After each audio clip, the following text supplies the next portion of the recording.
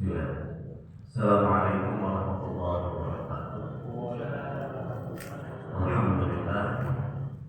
Wassalatu wassalamu ala rasulillah. Asyhadu an la ilaha illallah wa asyhadu anna Muhammadan abduhu wa rasuluhu amma ba'du. Ayyuhal hadirin, ittaqullah haqqa tuqatih wa la tamutunna illa wa antum muslimun. Allah Ta'ala fil Qur'anil Karim. Bismillahirrahmanirrahim. Wa asri inna insana lafi khusrin illa allazina amanu wa amilus solihati wa tawassaw bil haqq wa tawassaw bis sabr. Shadaqallahu. Bapak-bapak dan ibu-ibu yang aku muliakan, kita lanjutkan pertemuan kita dan harus kita masih melanjutkan surat ke-103. Surat ke-103 ini disebutkan sebagai surat Al-Asr. Sebagaimana yang sudah kita ketahui, surat Al-Asr ini berkaitan dengan 3 kedudukan di mana manusia akan menemukan kegembiraan atau keberuntungan, dan di sisi lain 3 keadaan juga akan mengakibatkan setiap orang itu akan menemukan kehancuran.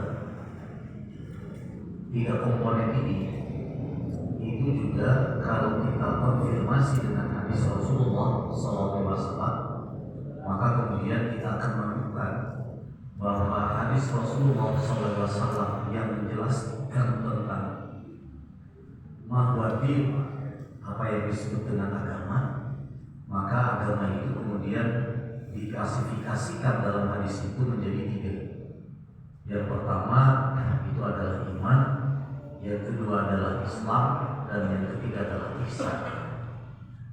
Puncak dari iman, Islam, ihsan itu kemudian diikat oleh apa yang namanya adil. Adil itu bisa dibaca dengan adil, jadi diawali dari kalimat adil dibacanya. Yang kedua, adil juga bisa dibaca dengan adain. Nah, kalau kita membaca kalimat da'iyatun itu dengan awal dengan kalimat adil, berarti menunjukkan aturan. Aturan itu sesuatu yang mengikat. Maka segala sesuatu yang mengikat, maka sesungguhnya dia disebut dengan adil, aturan. Nah, kemudian dari kalimat adil ini juga dibaca dengan adain, hutang piutang. Hutang piutang itu disebutkan dengan adain karena dia keterikatan antara 2 orang melakukan sebuah perbuatan atau perjanjian tertentu, sehingga dari ikatan hutang piutang itu orang menjadi terbebani untuk melunasi apa yang diberikan oleh seseorang kepada dari penjual kepada pembeli. Nah, dalam agama juga pertanyaannya adalah kenapa agama juga itu diambil bisa dibaca dengan kalimat adain? Karena memang manusia sejak awal melakukan sebuah perjanjian, dan perjanjian itu diklasifikasi menjadi 3 perjanjian. Perjanjian yang pertama itu adalah sebuah ikatan yang diikat oleh manusia dalam hati nurani manusia dengan siapa? Dengan Allah. Nah, maka ikatan hati manusia dengan Allah Subhanahu wa taala, dengan aturan Allah Subhanahu wa taala, maka kemudian disebut dalam ilmu itu diturunkan dari asalnya iman menjadi aqaid, menjadi akidah. Jadi akidah itu adalah penerjemahan para ahli fuqaha dalam bahasa yang gampang, penerjemahan fuqaha untuk menjelaskan apa sesungguhnya yang disebut dengan iman. Iman itu adalah ikatan-ikatan yang mengikat hati nurani manusia, dan tatkala manusia mengikatkan dengan ikatan itu, maka pada saat itu manusia harus melaksanakan tugasnya. Maka manusia sejak awal dalam hati nuraninya itu kemudian telah dikatakan dalam Al-Quran, alastu birabbikum, bukankah aku telah mengikatkan perjanjian dengan engkau bahwa aku adalah Rabb kalian? Qalu, manusia menjawab, bala syahidna, betul kami telah menyaksikan itu. Nah, karena manusia, seluruh manusia hati nuraninya telah mengikrarkan perjanjian dengan Allah Subhanahu wa Ta'ala, maka perjanjian itu mengikat siapa? Mengikat nurani manusia. Untuk apa? Untuk membayar apa? Membayar hutang yang dia ikrarkan kepada Allah Subhanahu wa Ta'ala. Maka proses pembayaran hutang dalam hati nurani manusia yang harus ditunaikan oleh setiap manusia itu kemudian disebut dengan arkanul iman. Itu kira-kira logika yang harus dibangun dalam pemahaman kita. Maka arkanul iman dari rukun iman yang pertama sampai rukun iman qada dan qadar itu pada dasarnya adalah ikatan yang sudah diikrarkan oleh kita dengan Allah Subhanahu wa Ta'ala dan harus ditunaikan dan harus kita bayar, harus kita tuntaskan. Proses penuntasan yang pertama itu dengan kalimat perjanjian itu, alastu birabbikum qalu bala syahidna. Kalimat yang dipergunakan itu adalah kalimat syahadat. Nah, kalau kita telusuri dalam Al-Quran dalam bahasa Arab, kalimat syahadat itu menjadi 3 komponen. Yang pertama adalah syahid, yang kedua adalah masyhud, yang ketiga adalah syahadat. Nah, 3 komponen ini harus selalu ada dan tersambung satu sama lain. Siapa syahid? Syahid itu adalah kita, manusia. Setiap manusia didudukkan oleh Allah Subhanahu wa Ta'ala sebagai syahid. Nah, dalam Al-Quran yang menjadi syahid ternyata diklasifikasikan menjadi 3. Yang pertama adalah manusia, yang kedua adalah Allah, yang ketiga adalah malaikat. Nah, manusia yang akan menjadi syahid itu adalah ulul ilmi. Satu, klasifikasi yang pertama, orang yang memiliki ilmu pengetahuan. Nah, ilmu pengetahuan dalam kerangka bersyahadat kepada Allah Subhanahu wa Ta'ala, maka setiap manusia diberikan ilmu pengetahuan dalam bentuk apa? Dalam bentuk intuisi terdalam yang ada dalam diri manusia, sehingga seluruh manusia mampu mengidentifikasi tentang kekuasaan Allah Subhanahu wa Ta'ala. Jadi Allah tidak memilah-milih untuk menyatakan ana rabbukumul a'la, dikatakan seperti begitu. Aku, kata Allah Subhanahu wa Ta'ala, qul innani, sesungguhnya aku adalah. Itu menunjukkan bahwa setiap makhluk hidup itu bisa mengidentifikasi atau bisa menemukan siapa? Menemukan Allah. Melalui apa? Melalui proses syahadat nurani manusia. Itulah yang kemudian disebut dengan wa ulul ilmi qa'iman bil qisti annahu la ilaha illallah. Itu dalam surat ketiga, surat Al-Imran. Syahidallahu annahu la ilaha illallah. Allah Subhanahu wa Ta'ala bersyahadat terhadap dirinya. Dan siapa yang bersyahadat terhadap Allah Subhanahu wa Ta'ala? Ulul ilmi, orang yang berilmu. Qa'iman bil qisti, dia menegakkan ilmu itu dengan benar. Jadi nanti ada orang yang tidak mampu bersyahadat kepada Allah padahal dia punya ilmu, karena ilmunya tidak menjadi cahaya bagi dirinya. Karena ilmunya tidak menjadi cahaya bagi dirinya, maka pada saat itu ada sesuatu yang rusak dalam nurani manusia. Kenapa dia rusak dalam nurani manusia? Karena manusia tersebut tidak mengikuti intuisi yang ada dalam diri manusia. Getaran-getaran nuraninya itu diabaikan oleh dirinya. Karena diabaikan oleh dirinya, maka pada saat itu kemudian abai, maka pada saat itu dia akan melupakan siapa sesungguhnya yang harus disaksikan oleh ilmu dirinya. Nah, inilah yang paling bahaya. Maka dalam Al-Quran seringkali disebutkan, tinggalkanlah orang-orang yang hati nuraninya itu lupa terhadap Allah Subhanahu wa Ta'ala. Tinggalkan, abaikan. Sebab orang yang beriman itu adalah orang yang tidak mengabaikan nuraninya, tetapi dia memelihara hati nuraninya dengan keimanan. Keimanan itu tumbuh dan berkembang dalam diri manusia karena manusia siap menerima ilmu dari Allah. Jadi Bapak Ibu sekalian, hakikat diri kita sebagai manusia yang muslim dan mukmin kepada Allah pada dasarnya tinggal membuka diri menerima seluruh transferan ilmu dari Allah. Asal kita siap menerimanya, insya Allah akan membimbing kita. Itu kata kunci. Ya. Tapi kalau kita tidak siap nuraninya, tetapi yang kita pasang adalah seluruh akal. Ini pada tingkat yang kedua. Tingkat yang pertama, ilmu itu tidak datang di akal manusia, tapi ilmu itu datang dalam nurani manusia, getaran nurani yang terdalam diri manusia. Maka seringkali kemarin sudah kita temukan bahwa nurani manusia itu dihadapkan pada dua kekuatan. Yang pertama adalah kekuatan keikhlasan dan yang kedua adalah kekuatan hawa nafsu. Maka qalbun disebut dengan qalaba, bolak-balik, karena diri manusia, nurani manusia kalau tidak ke hawa nafsu maka dia berpindah kepada keikhlasan. Kalau dia tidak ikhlas berarti dia mengambil ke hawa nafsu. Puncaknya yang ditimbulkan, yang dilahirkan dari nurani kita itu adalah al-hayat. Nah ini kan skema yang harus kita terus-menerus kembangkan dalam nurani kita. Agar kualitas al-hayat kita itu terus-menerus berkembang, maka kemudian nurani kita harus terhubung dengan 6 komponen. Itu 6 komponen yang paling utama: Allah, beriman kepada Allah, beriman kepada malaikat, beriman kepada kitab, dan lain sebagainya. Nah Bapak Ibu sekalian, setelah kita paham dan mendudukan diri kita sebagai syahid, maka pada pola yang kedua itu masyhudnya, sesuatu yang kita saksikannya. Apa yang kita saksikannya? Yang kita saksikannya dua. Persaksian kita kepada Allah, itu yang pertama.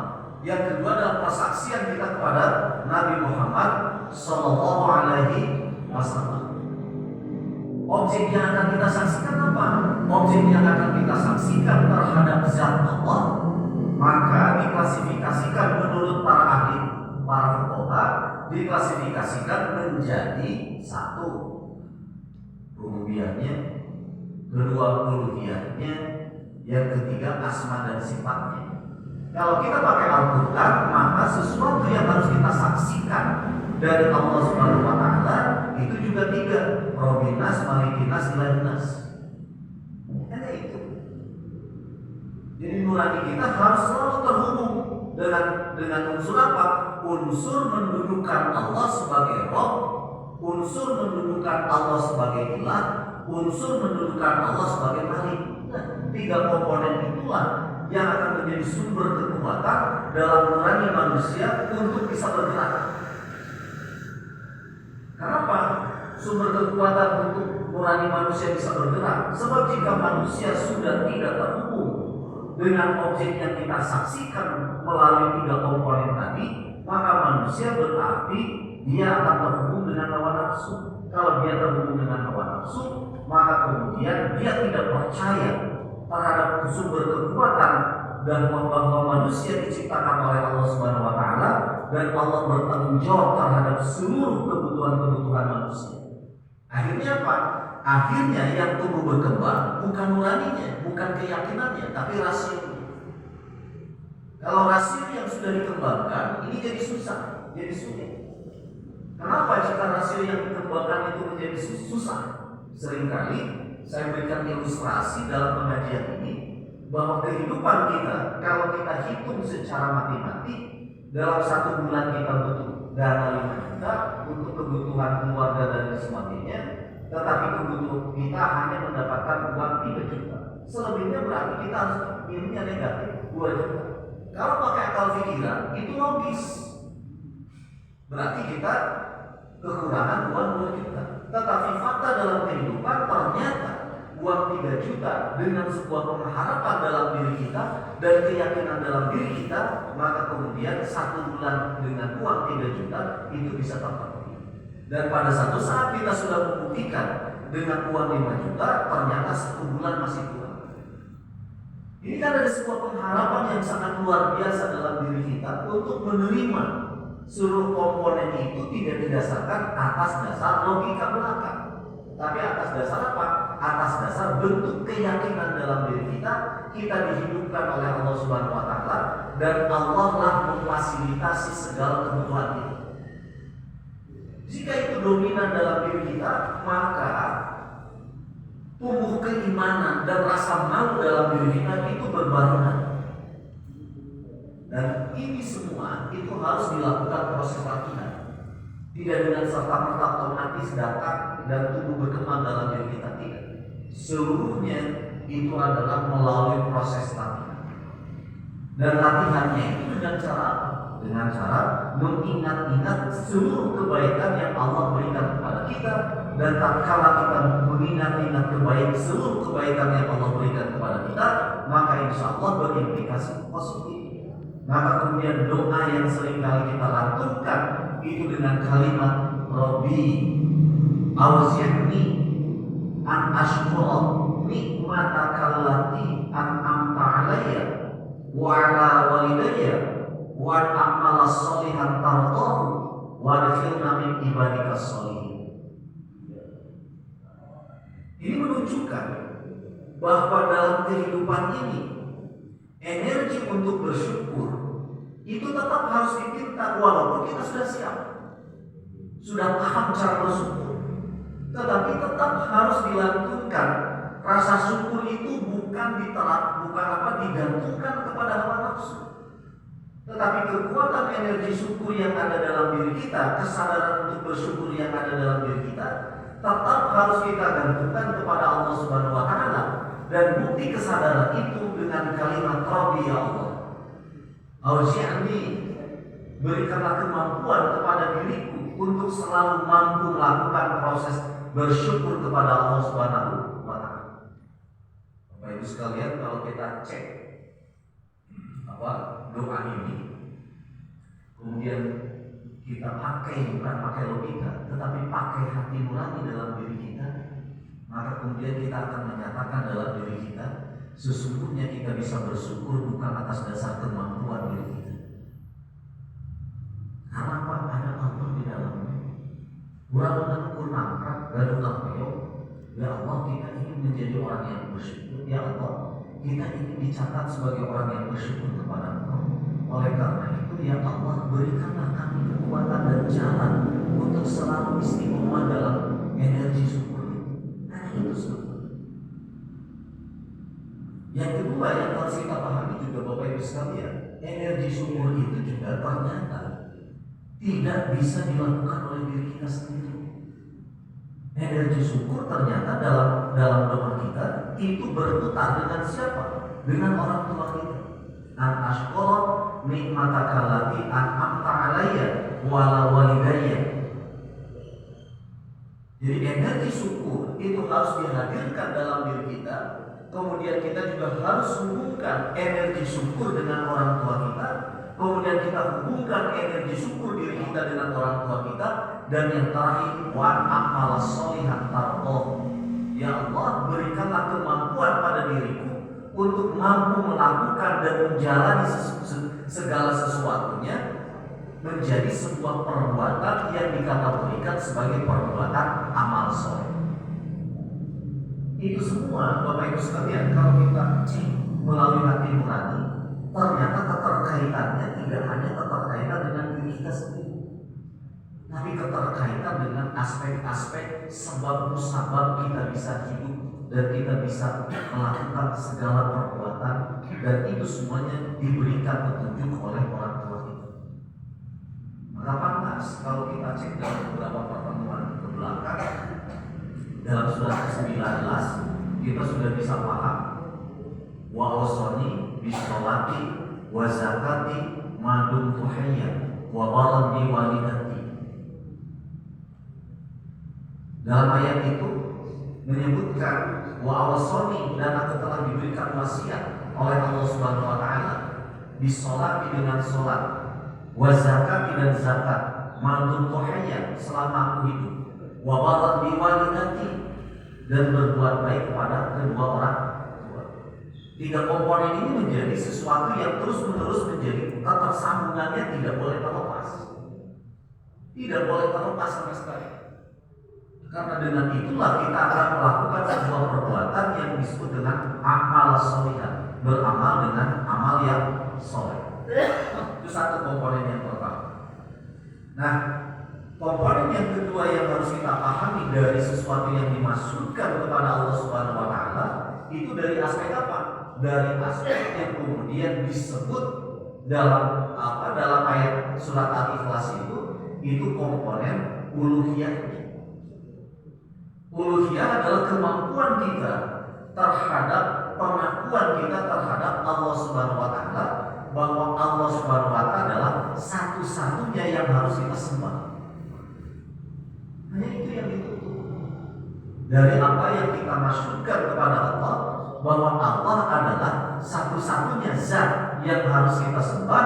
Maka kemudian kalau kita memasrahkan pengakuan kita kepada Allah dan mendudukan Allah satu-satunya yang kita sembah, maka pada saat itu kita mendudukan dan bersaksi kepada Allah bahwa Engkau adalah uluhiyah, zat yang aku agung-agungkan dan zat yang aku sembah-sembah. Itu uluhiyah Allah. Dan yang terakhir, komponen yang ketiga dari masuknya kita kepada Allah itu adalah dalam rangkaian kerangka mulkiyah Allah. Allah lah yang memiliki, Allah lah yang menguasai segala sesuatu. Dan kekuasaan kita tidak memilikinya. Maka kemudian kita seringkali melantunkan dan menjadi doa bagi kita dalam surat ketiga itu, Allahumma malikal mulki tutil mulka man tasar wa tanzi'ul mulka mimman tasar wa tu'izzu man tasar wa tudillu man tasar biyadikal khair innaka ala kulli syai'in qadir. Ayat Quran ini menunjukkan sebuah bentuk kesadaran yang sangat luar biasa terhadap diri kita bahwa sesungguhnya kekuasaan itu bukan milik kita tetapi milik Allah Subhanahu wa taala dan Allah sangat berwenang untuk apa? Untuk mencabut dan memberikan kekuasaan itu kepada diri kita. Nah, maka dalam hukum Islam kekuasaan al-milku itu bukan diterjemahkan dalam bentuk sebuah kerajaan, bukan hanya dalam bentuk kedudukan, bukan hanya itu. Al-milku itu adalah sesuatu yang dimiliki dalam diri manusia yang menggerakkan manusia untuk menjadi manusia yang sadar. Maka kalimat dari milik itu kemudian malakut. Malak itu para malaikat. Malaikat itu adalah sesuatu yang bersatu dengan milik manusia yang ada dalam diri manusia. Maka malaikat diambil juga dari kalimat mim, lam, dan kaf. Karena dia akan bersatu dengan diri manusia. Tinggal persoalannya adalah jika manusia tidak pernah merasakan komunikasi dan berinteraksi dengan kesadaran yang terus membimbing kita, maka pada saat itu berarti kita tidak pernah merasakan hadirnya malaikat dalam diri kita. Sebab bagi manusia yang muslim dan mukmin kepada Allah, maka kehadiran malaikat itu bisa kita rasakan dalam nurani kita karena dia berfungsi untuk memberikan sebuah perjelasan, sebuah pembelajaran kepada manusia agar manusia tidak terjebak pada kejelekan. Itu malaikat. Ya, maka Bapak Ibu sekalian, sering kali kita jelaskan bahwa seluruh komponen malaikat itu seluruhnya harus diundang oleh kita, kecuali malaikat pencabut nyawa itu tidak bisa diundang, dia akan dimaksa. Yang selain dari itu harus diundang. Malaikat rahmat diundang oleh kita siap menerima rahmat. Seluruh malaikat harus diundang kecuali malaikat sakit. Malaikat pencabut nyawa dia diundang tidak diundang sesuai dengan jadwal dia akan datang. Itu keunikan malaikat satu. Sedangkan malaikat yang lain itu seluruhnya harus disiapkan sarananya dalam diri kita dan kita akan rasakan. Nah, itulah kira-kira objek yang harus dimasukkan kita kepada Allah Subhanahu wa taala. Objek masuk yang kedua itulah yang kemudian disebut dengan Rasulullah Shallallahu alaihi wasallam. Maka tiga komponen juga. Satu, Mahabbatun dicintai, 2 ditaati, 3 diikuti. Ini yang paling susah. Mendudukan Rasulullah SAW pada 3 derajat ini yang paling susah. Kalau kita betul secara aku melakukan akumulasi secara garis besarnya, kalau orang tanya apakah kau mencintai Rasulullah SAW, pasti orang mengatakan seluruh manusia muslim dan mukmin kepada Allah pasti mereka mencintai Rasulullah SAW. Tidak ada yang ditanya, anjir mencintai Rasulullah, anjir berapa? Pasti seluruhnya menjawab mencintai Rasulullah SAW. Mohon maaf. Mencintai Rasul itu hanya cukup dengan salawat. Dan salawat dan salawat. Bukan tidak boleh, kan? Silakan saja. Tapi pada tahap yang kedua, mencintai Rasulullah SAW tidak cukup hanya melakukan apa. Sebab pada pola yang kedua, apa ditaati. Ditaati, kalau kita mentaati berarti apa? Berarti mengikuti seluruh apa yang diinginkan atau yang diperintahkan oleh Rasulullah SAW. Jadi bukti kita mencintai Rasulullah SAW itu adalah dengan bukti nyata dalam bentuk apa? Bentuk nyata kita siap untuk menerima seluruh ajaran Rasulullah SAW. Dengan betul salawat dengan pemeriksaan. Ya, akhirnya apa? Bukti kalau kita punya ilmu, kemudian ilmunya tidak menjadi apa? Tidak menjadi cahaya bagi diri kita, terjadi. Kita banyak membaca sholawat, tapi kemudian sholawatnya tidak menjadi bagian yang menjadi cahaya untuk dirinya. Akhirnya perbuatannya jauh dari perintah Rasulullah SAW. Nah, proses itu harus ditindaklanjuti. Kita mencintai Rasulullah SAW dengan membaca sholawat, maka sholawat itu harus menjadi cahaya bagi diri kita. Buktinya cahaya, perilaku kita itu adalah merupakan bagian yang tidak terpisah dari proses pengakuan kita dalam sholawat itu.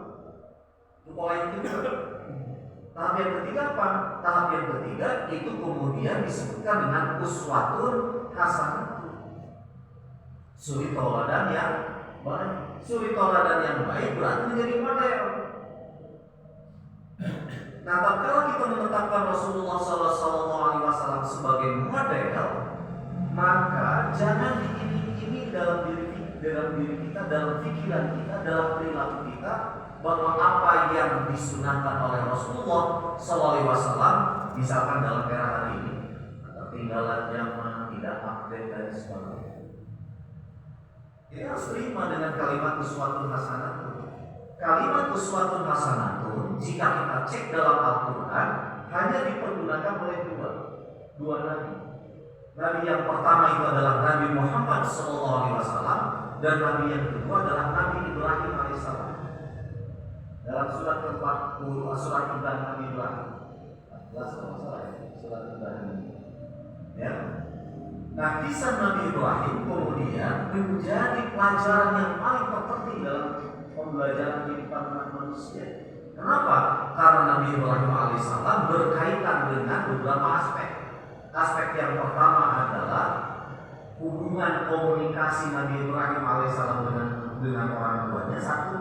Yang kedua adalah pelajaran yang terpenting dari Nabi Ibrahim alaihissalam adalah hubungan Nabi Ibrahim alaihissalam dengan keluarga. Dan yang ketiga adalah hubungan Nabi Ibrahim alaihissalam dengan sosial. Nah, 3 pembelajaran ini menjadi model yang kemudian ditindaklanjuti oleh siapa? Ditindaklanjuti oleh Rasulullah SAW. Apa bukti yang pertama? Bukti yang pertama, komunikasi Nabi Ibrahim alaihissalam dengan keluarganya, dan keluarganya itu tidak didasarkan atas dasar hubungan darah, tapi yang paling terpenting adalah hubungan yang paling hakiki tidak darah, tetapi hubungan yang paling hakiki itu adalah keimanan. Maka kemudian walaupun ditetapkan didasarkan atas dasar keimanan, maka bagi orang muslim dan mukmin kepada Allah, orang tua tetap didudukan sebagai orang yang mulia walaupun beda agama. pembelajaran itu. Ya. Jadi sekali lagi, walaupun beda agama dengan orang tua itu tetap harus dimuliakan karena memang Allah Subhanahu wa taala memerintahkan kita untuk memuliakan orang tua. Nah, diberikan sampel oleh Rasulullah SAW bahwa komunikasi ini ada dua model. Komunikasi yang pertama itu adalah yang berbeda agama. Komunikasi yang kedua dengan beda yang sama agama. Tapi kedua-duanya didudukan pada tempat yang sama. Orang tua harus dihargai. Itu pelajaran dari Nabi Ibrahim, kemudian pelajaran dari Nabi Muhammad berkaitan dengan hubungan kita dengan orang tua. Yang kedua, hubungan manusia dengan keluarganya. Di Nabi Ibrahim kemudian dikembangkan, ada Nabi Ibrahim berkaitan dengan komunikasi dengan istrinya, komunikasi dengan anaknya. Di Nabi Muhammad kemudian bukan ditetapkan kembali. Bahkan Nabi Muhammad SAW sampai dikritik dalam hadis itu, wahai Rasulullah SAW, kau jangan jadikan anak angkat sebagai anak yang berkaitan dan dipisahkan dengan diri. Langsung Zaid bin Muhammad itu langsung ditegur oleh Rasulullah SAW. Nah ini apa hikmah dari seluruhnya? Kita lihat uraian sejarahnya. Kalau kita cek Nabi Ibrahim alaihissalam, maka komunikasi hubungan antara ayah dengan anak didasarkan atas dasar akidah. Maka kemudian jika kita mengangkat anak, itu tidak didasarkan atas dasar apa? Atas dasar akidah kemudian berubah status anak menjadi anak angkat menjadi anak nasab, tidak. Maka nanti hubungannya dengan apa? Hubungannya dengan waris. Ini kan sangat terus-menerus berkaitan dengan itu. Maka disebutkanlah dalam komitmen yang pertama Nabi Ibrahim alaihissalam dengan anaknya itu didasarkan atas dasar akaid, tetapi akaid tidak berimplikasi jika sama keyakinannya kemudian kita mengangkat anak angkat itu menjadi bagian yang terpisah dari hukum. Nah, tetap harus dipisah. Dengan istrinya, Nabi Ibrahim alaihissalam kemudian memberikan pelajaran bahwa komunikasi yang harus dibangun itu didasarkan atas dasar keikhlasan. Muncul saja kasus di Nabi Muhammad SAW, ya ayuhan Nabi, lima tuharrimu ma'ahallahu laka tabtaghi mardata azwajika. Nabi Muhammad pada saat itu kemudian ditegur oleh siapa? Oleh Allah Subhanahu wa taala dengan kalimat, wahai Nabi, kenapa kau mengharamkan sesuatu yang halal karena engkau menginginkan ridho dari istri-istri? Nabi Ibrahim SAW memberikan pelajaran, tetapi kemudian diujikan oleh Allah Subhanahu wa taala pada kasus Nabi Muhammad SAW. Kemudian turun surat At-Tahrim. Ini menunjukkan bahwa komunikasi sedekat apapun kita dengan istri kita, jangan melupakan aturan Allah Subhanahu wa taala. Karena yang kita cari dalam hubungan komunikasi di keluarga kita bukan didasarkan kita mencari kesenangan istri atau lain sebagainya. Begitupun sebaliknya, istri tidak usah mencari-cari kesenangan keriduan dari suaminya. Seluruhnya harus didasarkan atas dasar keikhlasan menjalani hidup bersama karena Allah lah yang mengatur. Itu pelajarannya. Pelajaran yang selanjutnya dikaitkan dengan apa? Nabi Ibrahim alaihissalam berkaitan dengan komunikasi sosial. Komunikasi sosial kemudian dengan cara membentuk rumah Allah, yaitu Ka'bah. Ka'bah kemudian ditarik pada kesempatan hari ini dengan hadis Rasulullah SAW, baiti jannati, rumahmu adalah surga. Ini kan proses penarikan itu. Jadi sejarah-sejarah yang lampau itu menjadi bagian yang tidak terpisah dari sejarah yang akan terjadi di Nabi Muhammad SAW dan di keluarga. Itu dalam proses apa? Dalam proses kita bersaksi kepada Allah Subhanahu wa taala dengan tiga objek tadi, Allah sebagai Rabb, Allah sebagai Malik, Allah sebagai Ilah, dan yang kedua kita bersaksi kepada Nabi Muhammad SAW berkaitan dengan satu, Nabi Muhammad sebagai nabi yang kita cintai, tetapi tidak cukup sampai sana, kembangkan menjadi nabi yang kita taati. Tidak cukup sampai kita hanya sampai menaati Nabi Muhammad SAW. Pada pola yang ketiga, jadikan panutan segala perbuatannya, dijadikan sebagai role model bagi kehidupan manusia. Setelah kita paham dengan ini, maka pada pola yang ketiga, apa yang kita ucapkan itu menjadi bagian dari komponen yang kemudian disebut dengan syahadatain. Asyhadu an la ilaha illallah wa asyhadu anna Muhammadar Rasulullah. Pada dua kalimat syahadah ini, maka ada syahadat ilahiyah, ada syahadat risalah. Syahadat ilahiyah berarti berkaitan dengan nurani kita berhubungan dengan Allah. Syahadat risalah kita berkaitan dengan komitmen bahwa segala sesuatu yang ditetapkan oleh Rasulullah SAW itu harus diikuti oleh kita. Oleh karena itu, Bapak Ibu sekalian, agama Islam itu dibaca bisa ad-dinu, agama Islam bisa dibaca dengan ad-dainu, karena memang seluruh manusia yang muslim dan mukmin kepada Allah telah mengikatkan perjanjian dengan komponen yang disebut dengan rukun Islam, rukun iman dan ihsan, untuk kita laksanakan, untuk kita penuhi panggilan-panggilan Allah Subhanahu wa taala.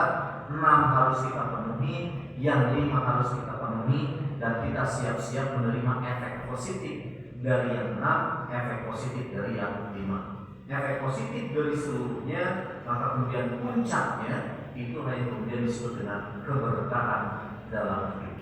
Mudah-mudahan pertemuan kita pada hari ini sebetulnya kompilasi saja, kompilasi dari seluruh pertemuan yang sudah kita lakukan. Sebab biasanya kita tadarus pakai kertas, sekarang tidak pakai kertas karena ini panggilan darurat. Mudah-mudahan kompilasi ini bisa mengingat kembali, mereview ulang kembali apa yang sudah kita ingat sebelumnya. Mudah-mudahan dari review ulang ini juga menambah wawasan kepada kita, menambah komitmen kita. Insya Allah kita akan selalu membuka nurani kita agar nurani kita menjadi manusia-manusia yang punya rasa malu besar kepada Allah Subhanahu wa taala. Insya Allah intuisi kita akan selalu kita olah sehingga menjadi intuisi yang sangat tajam, dan insya Allah juga pikiran kita akan menjadi pikiran-pikiran yang tulus dan patuh pada seluruh ajaran-ajaran Allah Subhanahu wa taala.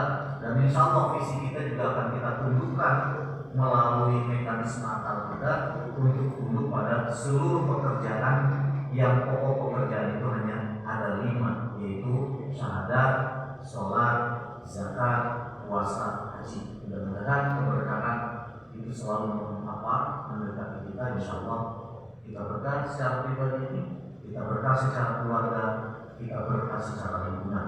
Itu saja yang dapat saya sampaikan. Mudah-mudahan ada guna dan manfaatnya.